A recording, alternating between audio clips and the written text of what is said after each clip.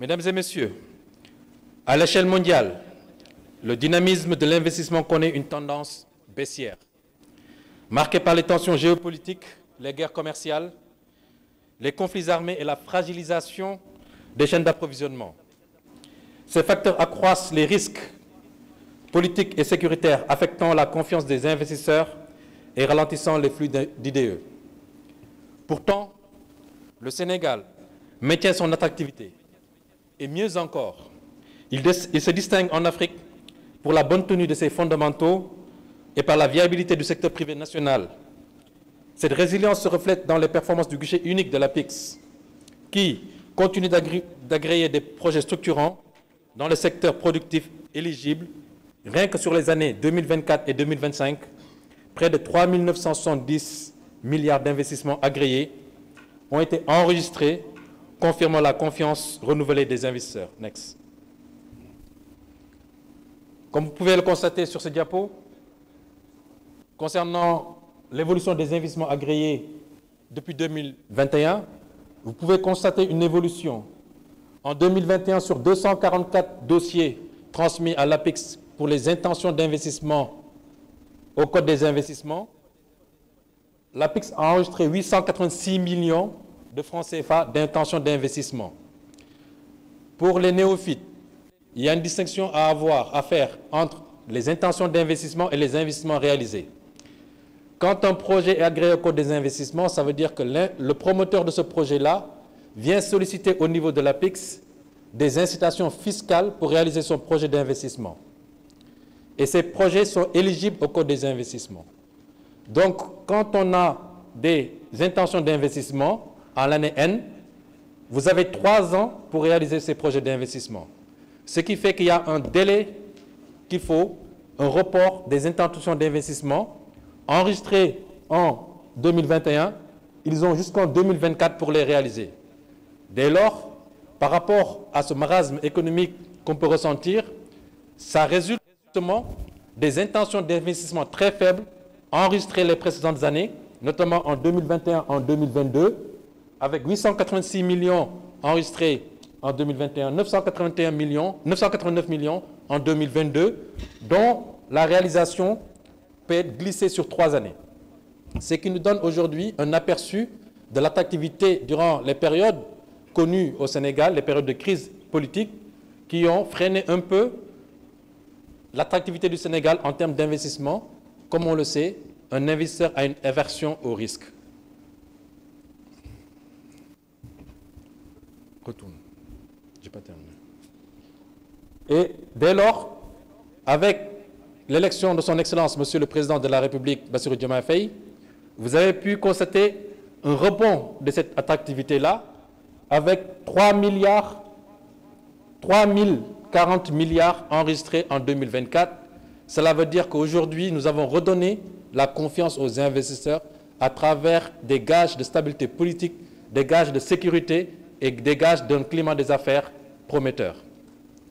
Pour l'année 2025, à 6 mois d'exécution, nous avons pu enregistrer 923 milliards, c'est-à-dire le plus supérieur à ce qu'on a réalisé durant l'année 2021.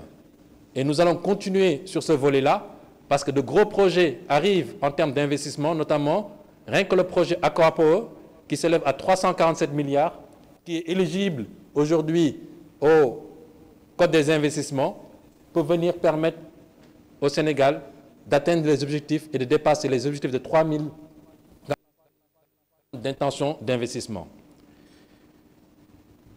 À ce titre, cette attractivité va s'accroître dans les prochaines années grâce à une stratégie clairement définie, articulée autour de plusieurs axes fondamentaux, à savoir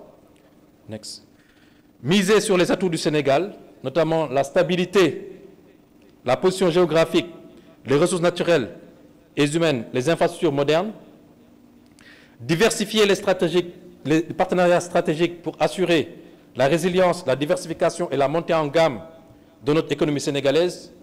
Comme vous avez pu le constater ces dernières années, depuis l'arrivée au pouvoir, Son Excellence, Monsieur le Président Bassirou Diomaye Faye, et sous la conduite éclairée du Premier ministre Ousmane Sonko, nous avons scindé notre marché en 2. Il y a un marché en aval doit accueillir les investissements. Quand on voit le travail qui est en train d'être accompli à sillonner en Afrique de l'Ouest, dans les pays voisins, Gambie, Guinée, Côte d'Ivoire, pour consolider notre sur les marchés qui reçoivent les investissements. Déjà en droite ligne avec c'est ensemble que nous pouvons transformer localement nos investissements, nos ressources. En ce sens, il y a une politique qui est menée au niveau de la sous-région pour générer ce qu'on peut appeler quel est le marché d'investissement en Afrique de 400 millions de consommateurs. Le Sénégal ne constitue que 18 millions de consommateurs, alors qu'aujourd'hui, avec la CEDEAO, nous avons un marché de 400 millions de consommateurs qui est beaucoup plus attractif en termes d'investissement que le marché de 18 millions de consommateurs au niveau du Sénégal. Ce qui est très important. À cela s'ajoute aussi la diversification de notre stratégie en termes d'investissement et en termes de recherche d'investisseurs par rapport au marché asiatique, au marché du Golfe, le Moyen-Orient, mais aussi le marché américain et le marché traditionnel en Europe et les États-Unis. Le travail aujourd'hui qui a été amorcé par le président de la République qui a fait une tournée en Asie et au Moyen-Orient, suivi par le Premier ministre qui est en train de concrétiser au moment où on parle ses intentions d'investissement à travers des accords qui sont en train d'être noués avec des entreprises chinoises dans le domaine de l'énergie, montre clairement la diversification de ces stratégies et l'option qui a été prise par l'État du Sénégal de favoriser les joint ventures et aussi les marchés d'investissement porteurs. En plus de cette diversification de partenariats stratégiques, il y a un positionnement clair du Sénégal comme un acteur clé des chaînes de valeur industrielle, d'une part africaine, pour transformer nos ressources naturelles en privilégiant une approche par les Africains et pour les Africains, de sorte à tirer pleinement parti des opportunités offertes par la ZLECAf, et d'autre part, mondiale, pour tirer parti des échanges commerciaux internationaux et des accords bilatéraux afin de diversifier nos débouchés et renforcer l'intégration de notre économie dans les flux économiques planétaires. Aujourd'hui, le Sénégal est à la croisée des chemins. Comme on dit, le Sénégal, next. Aujourd'hui, le Sénégal, si vous voyez, est next. Et non seulement un leader africain en termes de génération d'investissement, on est classé parmi les 10 premiers pays qui génèrent beaucoup plus d'investissements directs étrangers à travers, on est à 10,6 milliards en 2023 et 10,3 milliards en 2024. À cela s'ajoute notre position géographique qui fait du Sénégal un carrefour stratégique pour les routes maritimes. On est à 15 jours de l'Europe en bateau, 23 jours des États-Unis, 65 jours en bateau de Shanghai et 40 jours de Johannesburg. On est à 5 heures en vol de l'Europe, 7 heures aux États-Unis, 7 heures au Moyen-Orient et 6 heures de Johannesburg. Ce qui montre que le statut en termes de positionnement géographique et géostratégique donne un atout considérable au Sénégal. Et le développement des infrastructures au niveau des hubs aériens, aujourd'hui que constitue la jonction de l'AIBD et Air Sénégal, avec des accords stratégiques qui vont être annoncés très bientôt pour la reprise de l'AIBD, pour la reprise de Air Sénégal, mais également le port de Ndayan, qui est l'un des ports les plus compétitifs à terme, avec 1,2 million de PV à terme, doit permettre justement au Sénégal d'engranger les plus grands bateaux, les plus grands conteneurs et augmenter la capacité du Sénégal à intégrer cette chaîne de valeur continentale à travers les ressources qui seront transformées localement et approvisionner le marché africain.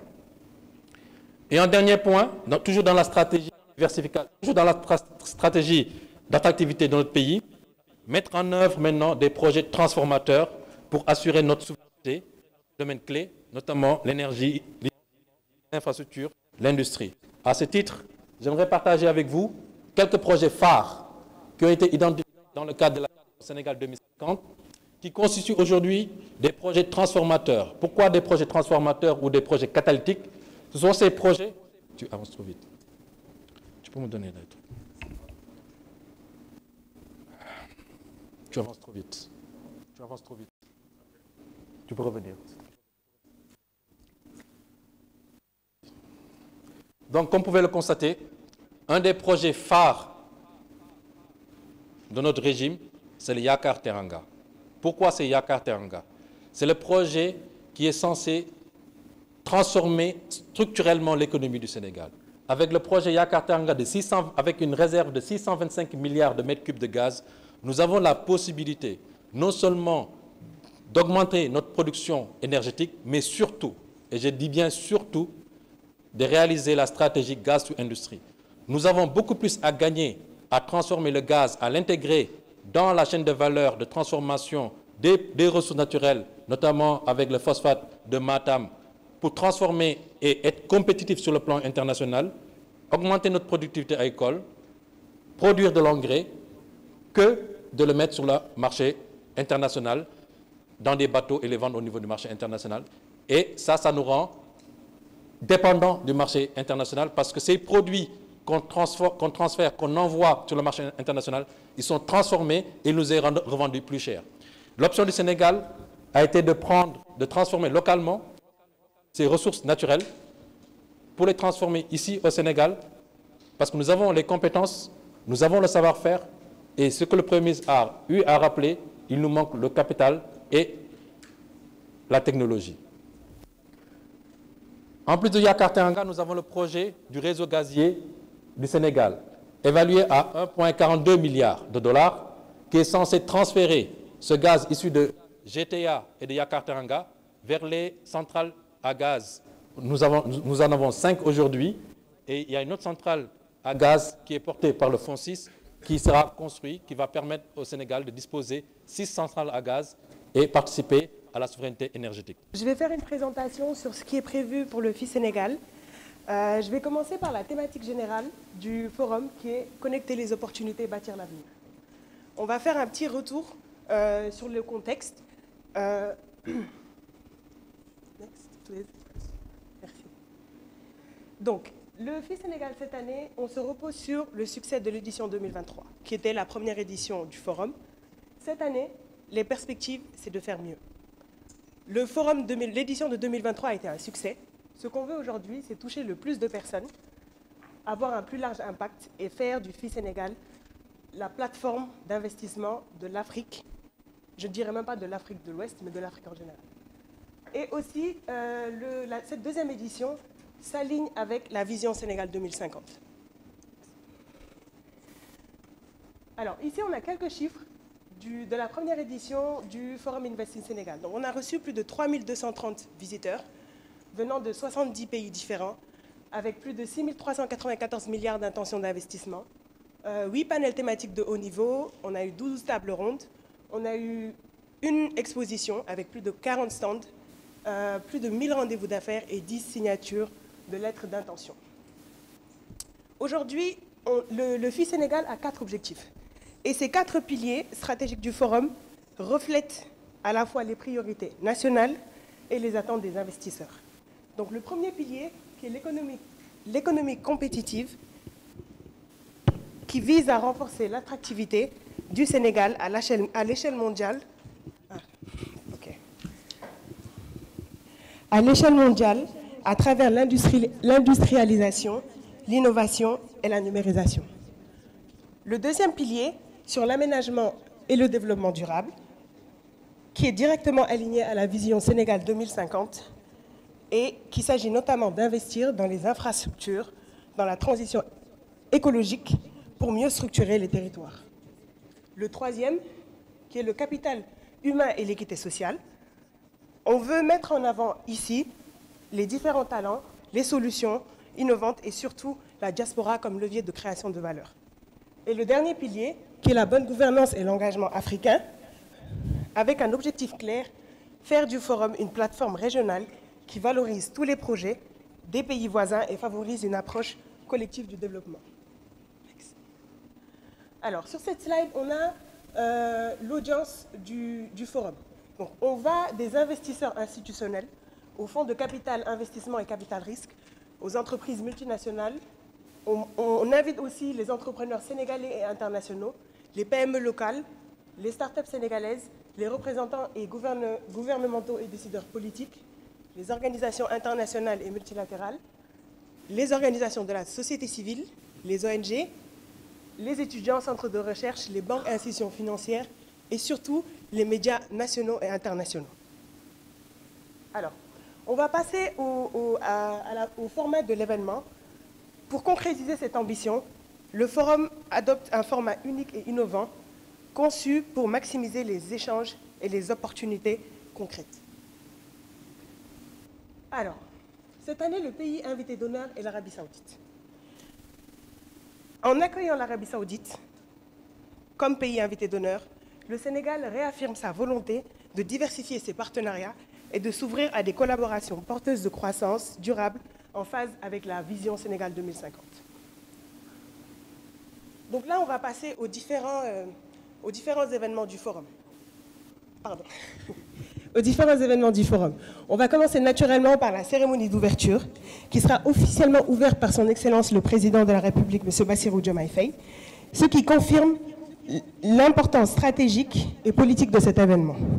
Sa présence est un signal fort, adressé à la communauté des investisseurs et des partenaires internationaux pour montrer la volonté du Sénégal d'accueillir, de sécuriser et de valoriser les investissements. En plus après la cérémonie d'ouverture officielle, nous aurons des panels de haut niveau. On aura deux types de panels. Le panel présidentiel, avec le président de la République et ses autres invités chefs d'État. Ensuite, on aura des panels ministériels dans les secteurs prioritaires du forum qui sont alignés aux secteurs prioritaires du gouvernement. On aura en tout 7 panels. Donc 7 panels sur 7 secteurs prioritaires. En plus de ces panels ministériels, nous aurons une table ronde des agences de promotion des investissements avec le directeur de l'APIX et ses homologues invités. Et nous allons terminer par le panel de clôture avec le Premier ministre. Alors, ce ne sera pas un panel classique comme les autres, ce sera sous forme de TED Talk, où le Premier ministre présentera les opportunités à la vision 2050, rassurera les investisseurs qui ont besoin de savoir qu'aujourd'hui le Sénégal est prêt à accueillir tous les partenaires et présenter les chiffres, les données, toutes les données de ces 2 jours de forum. Donc là, on a les 7 thématiques de panel. Donc on aura un panel sur l'agriculture, un panel sur les ressources critiques, un panel sur le financement, un panel sur l'industrie, un panel sur les industries culturelles et créatives et le sport, un panel sur la santé et un panel sur l'éthique. Alors, les boardrooms. Je pense que c'est l'élément phare de ce forum, parce que c'est dans ces boardrooms que seront présentés les projets prioritaires du gouvernement et les projets privés. 3 heures pour chaque side event où la personne qui voudra le side event, le partenaire, aura 3 heures pour soit faire de nouvelles conférences, soit faire des tables rondes, soit faire des boardrooms. Donc les 2 side events retenus pour le moment sont le side event pour le pays invité d'honneur et le side event sur les Jeux Olympiques de la jeunesse qui se dérouleront à Dakar en octobre 2026. Donc en plus des boardrooms, en plus des side events, on a l'exposition institutionnelle. Alors quand on dit institutionnelle, ce n'est pas seulement les administrations, on a le public et le privé. Ce qui change de cette exposition, alors quand je vous montrais les chiffres tout à l'heure, j'ai parlé des 40 stands, ce qui change cette année, c'est que l'exposition regroupera et le public et le privé. Par contre, ils seront regroupés en univers. Donc encore une fois, on revient sur les secteurs prioritaires du gouvernement. Donc on aura l'univers énergie, l'univers agriculture, l'univers industrie, l'univers santé, l'univers tech et numérique, l'univers finance et services. Et en fait, pourquoi on a fait ce choix de les regrouper en univers? C'est non seulement de permettre aux acteurs du même secteur de pouvoir networker, mais en plus, on veut que ce soit un parcours immersif pour le participant. Donc, investisseur comme participant grand public. En plus de l'exposition institutionnelle, on a l'exposition artisanale, bien sûr, pour mettre en avant le savoir-faire sénégalais, et l'exposition culinaire, pour mettre en avant aussi la gastronomie sénégalaise avec des produits locaux et des plats locaux. Donc là, on a juste un tableau pour mettre en avant tous les événements qui se passeront en même temps durant ces 2 jours de forum. Donc on va du déjeuner présidentiel à l'exposition institutionnelle, l'exposition artisanale, l'exposition culinaire, les panels thématiques, les boardrooms, la table ronde des DG d'API, les side events et les deal rooms qui seront des espaces mis à disposition des investisseurs, des participants qui, après le boardroom, pourraient avoir un petit espace pour continuer leur discussion. Et enfin, on a la cérémonie de clôture avec le Premier ministre dont je parlais tout à l'heure, excusez-moi. Et la thématique en général, ce sera Sénégal 2050, opportunités et perspectives. On sait qu'aujourd'hui, le Sénégal est prêt à accueillir les investisseurs. Ils attendent juste de l'entente du Premier ministre. Et comme je le disais tout à l'heure, ce sera l'occasion de présenter les données des 2 jours de forum. J'aimerais commencer par saluer toute l'assistance et vous dire tout le plaisir que j'ai à partager ce moment. Fort rafraîchissant, on doit bien le reconnaître, et intéressant et même salutaire dans les moments que nous vivons. Je pense que nous gagnerions tous à avoir plus d'espace d'échange de ce genre-là pour pouvoir parler des sujets qui nous sont chers, des sujets aussi sur lesquels nous ne sommes pas d'accord. Et peut-être que cela nous aiderait à mieux faire société, à mieux atteindre les objectifs que nous avons en commun. Et donc, remercier Monsieur le Directeur Général de m'avoir convié à cette rencontre. Monsieur le Directeur, je vous salue, et ainsi que les 2 directeurs généraux, les 3 directeurs généraux du Soleil, du Box et de Invictus.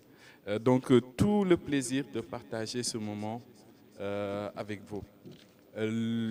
EDG a été magnanime à mon égard en me confiant le rôle peut-être le plus facile de la soirée.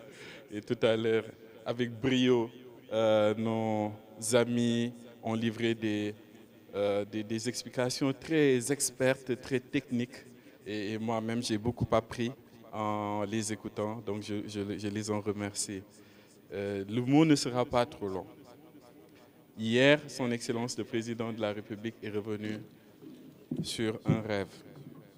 Il a formulé devant l'Assemblée, devant l'assistance, le rêve de voir les Sénégalais s'approprier du mot souveraineté. Et plus qu'un mot, c'est une ambition en fait. C'est une ambition renouvelée. Et justement, je pense que le Président de la République, en faisant ce rêve-là, est en train d'exprimer une ambition très profonde, une aspiration profonde. Ici, un mot à ne pas comprendre comme un rejet ou quelque chose qui se construirait en opposition à l'autre, mais tout au contraire, ici, un mot qui se prendrait comme une aspiration profonde à construire par nous-mêmes et pour nous-mêmes et pour ce qu'il y a de mieux pour nous et nos enfants. Et je pense que dans les moments difficiles que nous avons traversés et que difficilement, mais ensemble, nous allons y arriver, je n'ai aucun doute sur ça.